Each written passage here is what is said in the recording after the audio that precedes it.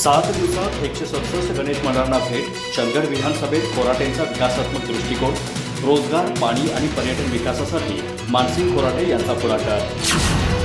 गणेशोत्सवानिमित्त चंदगड आजरा गडहिंग्लज भागातील 167 गणेश मंडळांना 7 दिवसात भेट देत मानसिंग खोराटे यांनी आपली कार्यशैली आणि जिद्द लोकांसमोर सादर केली. त्यांनी या भेटीदरम्यान प्रत्येक मंडळाचं काम, व्यवस्थापन आणि त्याचा समाजात होणारा सकारात्मक प्रभाव याची दखल घेतली. गणेश मंडळांमधील कार्यकर्त्यांच्या समस्या जाणून घेत त्यांनी युवकांसाठी रोजगार निर्मिती, कौशल्य विकास आणि औद्योगिक विकास याबाबत चर्चा केली. विशेषतः भागात परकीय गुंतवणूक आणून उद्योग विकास करणं आणि स्थानिक युवकांना प्रशिक्षण देऊन रोजगाराच्या संधी उपलब्ध करून देणार असल्याचं खोराटे यांनी यावेळी सांगितलं.